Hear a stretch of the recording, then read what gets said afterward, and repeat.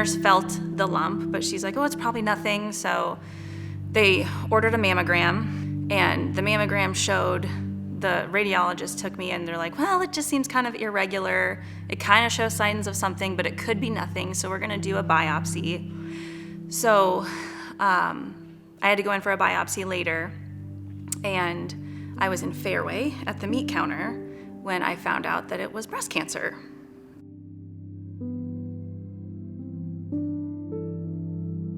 I'm pretty sure I called my husband first, and then I called my mom, and I broke down and was freaking out and crying.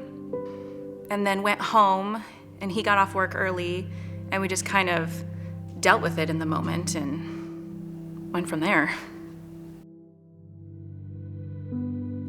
It was hard to start treatment because originally my first course of action was just to have surgery.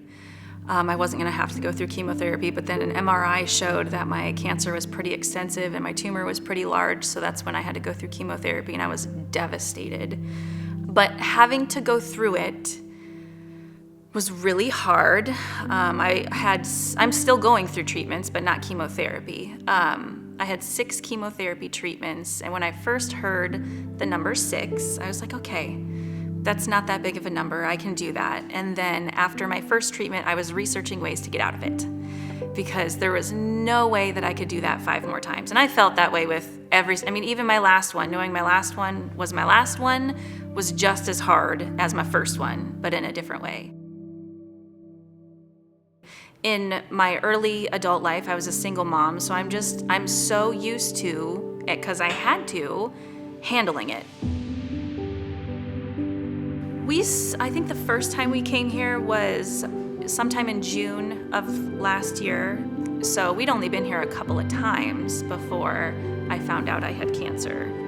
So coming to First Family, I loved everything about First Family. People were great, we were welcome, but once we had our first meeting with our small group and we were coming with a heavy load, they just swooped in and took us under their wing with barely knowing us and really took care of us. Getting into raw details about what people are struggling with in their lives in a really short amount of time solidified for me, like, yep, this is a good place. Because ultimately that's how we're all gonna grow.